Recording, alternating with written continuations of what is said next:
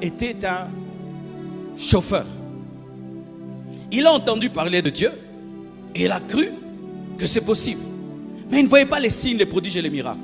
Il est allé dans une grotte prier. Il a dit: Dieu, je ne sortirai de ce jeûne que si tu m'apparais. Si tu ne m'apparais pas, je vais mourir. Il est vrai que notre père Aïdine Abala s'en est allé, mais comment nous n'arrivons pas à vivre les miracles qu'il faisait au temps de sa vie? Alors le pasteur Marcelo Tounazi va nous dire pourquoi et comment activer ces choses dans cette génération. Quelqu'un devient sérieux? Parce qu'il ne faudrait pas, mes frères, que vous puissiez dire qu'on vous a fait perdre votre temps.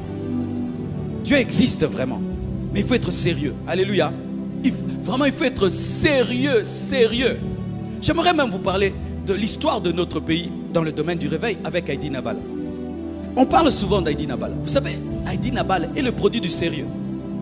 Aïdine Abala était un chauffeur. Il a entendu parler de Dieu et il a cru que c'est possible. Mais il ne voyait pas les signes, les prodiges et les miracles. Il est allé dans une grotte prier. Il a dit: Dieu, je ne sortirai de ce jeûne que si tu m'apparais. Si tu ne m'apparais pas, je vais mourir. Est-ce que déjà tu peux faire une telle prière? Toi-même tu vas sortir.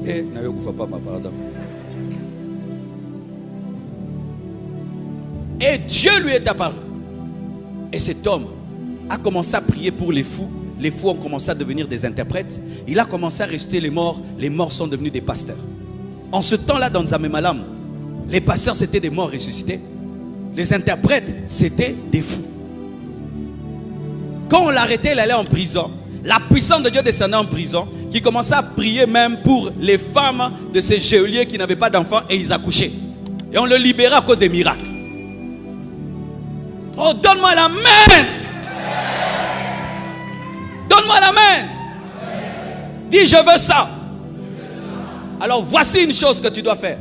Commence à faire ces prières où tu dis à Dieu: je ne veux pas arrêter de prier si tu ne me parles pas. C'est le premier pas. C'est le premier pas des assoiffés, mes frères. Les assoiffés, ils font ça.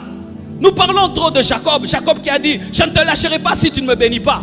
Mais il faut que tu entres en prière. Tu dis: Seigneur, je ne veux pas arrêter de prier si tu ne me parles pas.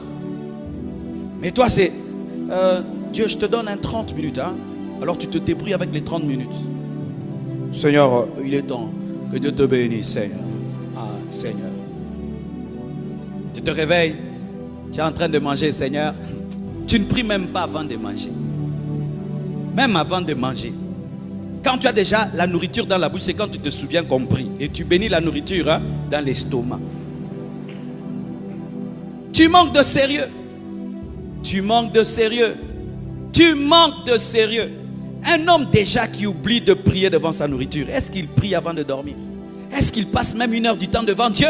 Est-ce qu'il prie jusqu'à entendre la voix de Dieu? Est-ce qu'il prie jusqu'à connaître la volonté parfaite de Dieu?